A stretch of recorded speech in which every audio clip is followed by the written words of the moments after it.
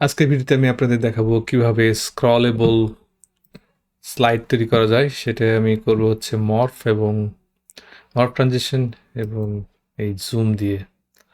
তো আমি এই যে কতগুলো ইমেজ ইনসার্ট করে রাখছি, এগুলো এখান থেকেই নেওয়া আর কি, দেখাচ্ছি। এখান থেকে ইনসার্ট যে পিকচার্স, তারপরে স্টক ইমেজেস, এবং এখানে আমি টাইপ করছিলাম স্কাই।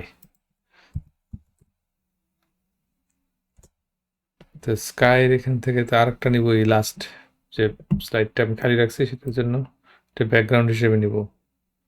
দেখি কোন স্লাইডটা নেওয়া যায়।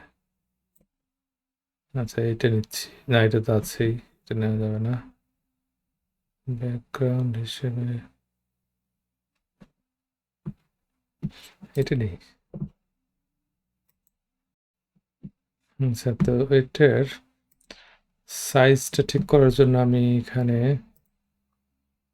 ক্রপ অ্যাসপেক্ট রেশিও হচ্ছে 16:9।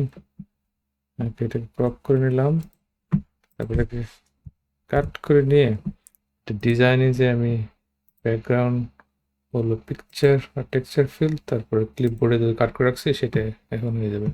এটা হয়ে গেল ব্যাকগ্রাউন্ডটা। তো এখন আমি ইনসার্টে যে জুম করব, স্লাইড জুম। তো বাকি 5টা যে স্লাইড আছে সবগুলোকে ইনসার্ট করব। ইনসার্ট। আচ্ছা, এগুলোকে এখন আলাদা আলাদা করছি। এটা ছিল, আচ্ছা, এটা একটু জুম আউট করে এটাকে সবগুলো যাতে সাথে সাজাতে পারি আর কি। এটা ছিল নাম্বার 5। নাম্বার 5টা বাইরে নিয়ে যাচ্ছি। 4, 3, 2, 1।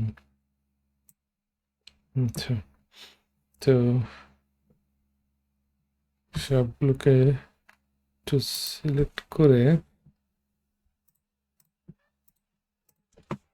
প্রথমে আমি এটাকে মিডল নিয়ে আসি, তারপরে এগুলোর ডিস্ট্রিবিউট হরিজন্টালি। আচ্ছা, এবার এগুলোর একটা একটা এগুলোর আমি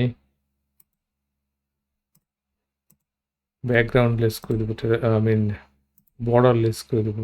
নো আউটলাইন,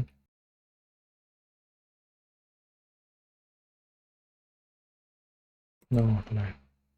আচ্ছা, এগুলোর একটু রিফ্লেকশন দিচ্ছে এগুলোতে। যে যে প্রিসেট যেগুলো আছে সামনে সেকেন্ডটা দিলাম একটু।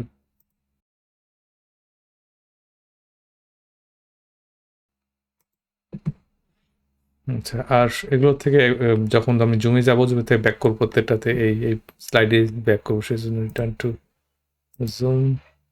প্রত্যেকটাতেই এগুলো সব একসঙ্গে করা যায় না, আলাদা আলাদাভাবে করতে হয়, তাই করছি।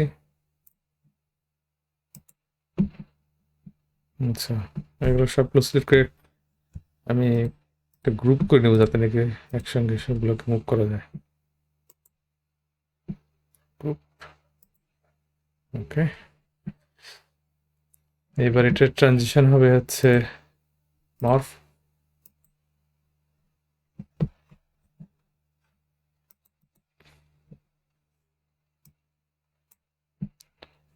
ওকে, এবার আমি এটাতে একটু গাইড দিচ্ছি যাতে মাঝখানটা বুঝতে পারি কোথায় মাঝখান। ওকে, এটা মাঝখান। তো প্রথমটাতে আমি প্রথম স্লাইডটা দেখাবো। তো এটাকে মুভ করে নিয়ে আসছি, যেহেতু একসঙ্গে মুভ করবে সুতরাং সবগুলো একই লেভেলে থাকবে, অসুবিধা হবে না।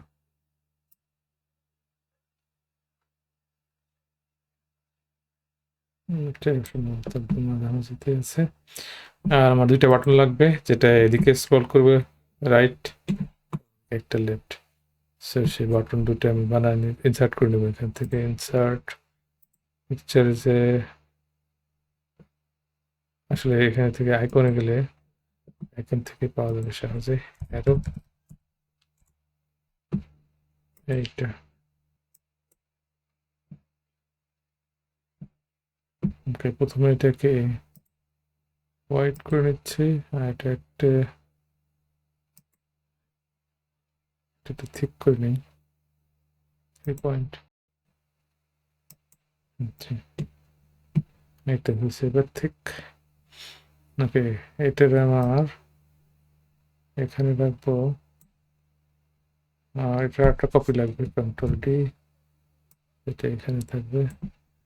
এটাকে ফ্লিপ করে নিচ্ছি জেন্টালি, এটাকে স্লাইডের প্রথমত লাগবে না, স্লাইডের বাইরে নিয়ে যাবো।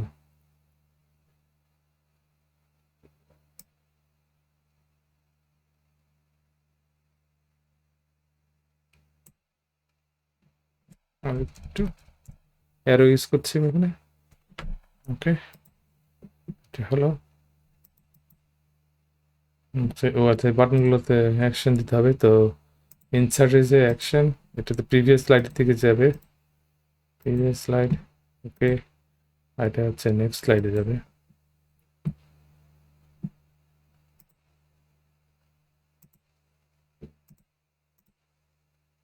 Next slide. আচ্ছা,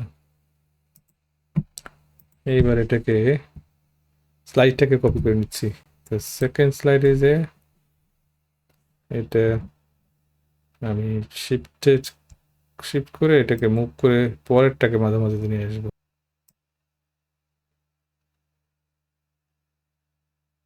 মোটামুটি মাঝামাঝি যতটুকু সম্ভব, ঠিক এরকম। আর এবার অ্যারোটা এখানে আনবো।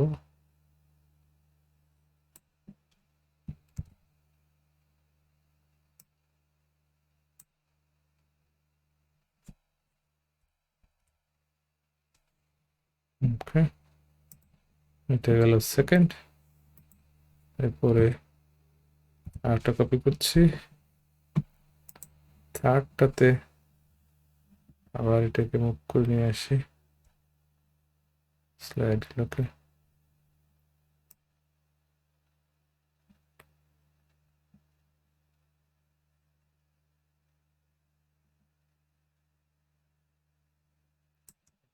এরকম ফোর্থ কপি করলাম। এইবার আরো মুভ,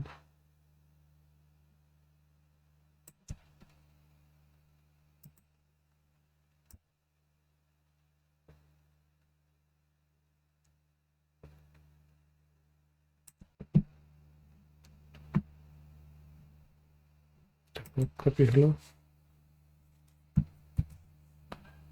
লাস্টটাতে এইটা মাঝখানে চলে আসবে।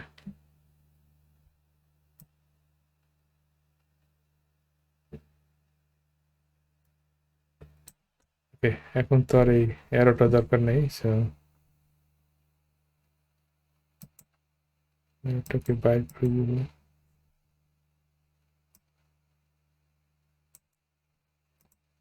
ওকে,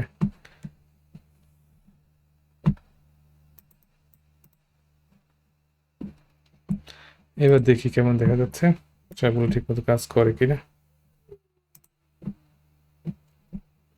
প্রথমে দেখি জুমটা ঠিক আছে। আচ্ছা, এটা আচ্ছা যাচ্ছে, এটা জুম ঠিক আছে, এটা ঠিক আছে, এটা ঠিক আছে, এটা ঠিক আছে। ওকে, তো দেখি এই বাটনটা কাজ করে কিনা। করছে।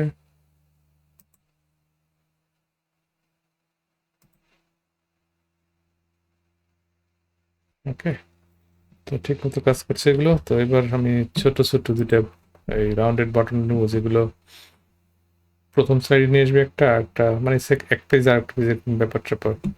তো সেটা শেপ নিচ্ছে এখান থেকে, এই নিচ্ছে রাউন্ড, সাইজ কতটুকু, বেশি ছোট হয়ে গেছে, 0.25। 55। আচ্ছা, এটাকে শেপ ফিল করবো হচ্ছে হোয়াইট। এটার আউটলাইনটাও হবে এরকম, সেটাও হবে হোয়াইট। আচ্ছা, এরকম আমার লাগবে দুইটা। তো কন্ট্রোল ডি, একটার শেপে কোনো ফিল থাকবে না, প্রথমটার শেপে ফিল থাকবে না, ফিল। এইটা প্রথম স্লাইডে নিয়ে আসবে, তো এটাকে সে অ্যাকশন অ্যাড করে দিচ্ছি। লিঙ্ক টু ফার্স্ট স্লাইড, ওকে। আর এইটার যাবে হচ্ছে যখন ক্লিক করবো তখন ফার্স্ট স্লাইড, এটা যখন ক্লিক করবো তখন এটা লাস্টে না যে ফোর্থ স্লাইডে যাবে, স্লাইড ফোর্থ এই পজিশনে। ওকে, তো আমি ভুল বলছিলাম, এইটাই থাকবে, যেহেতু এখানে প্রথমে থাকবে তখন এটাই থাকবে ফিল, আর এটা থাকবে এন্ট্রি। এটাকে এই পজিশনে নিয়ে আসি।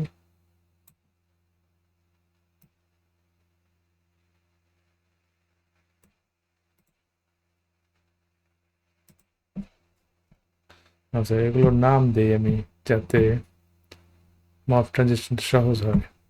তো এই সিলেকশন পেনে যে ওভারঅল 20 আছে, এটার নাম দিব, প্রথমে যেটা এক্সক্লেমেশন দিয়ে ওভারঅল লিখে দেবো।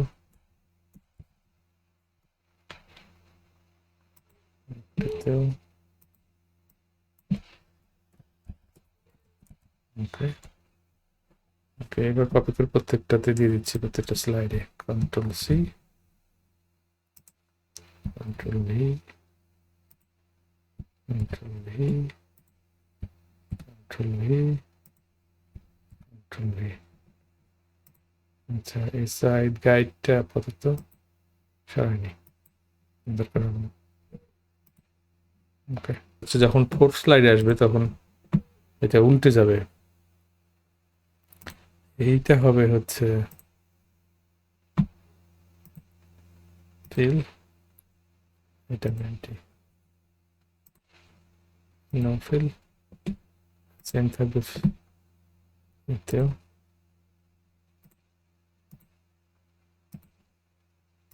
ফিফথ স্লাইডে একই অবস্থা হবে, সেটা করে দিচ্ছি। ওকে, সো ফাইনালি এবার যদি রান করি তাহলে লাস্টে আছি, তো এটা যখন ক্লিক করবো একদম এটা এখন চলে গেল। ওকে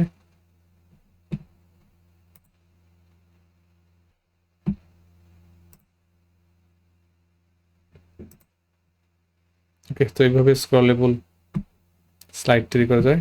তো পরবর্তী ভিডিও দেখার আমন্ত্রণ জানিয়ে এখানে শেষ করছি।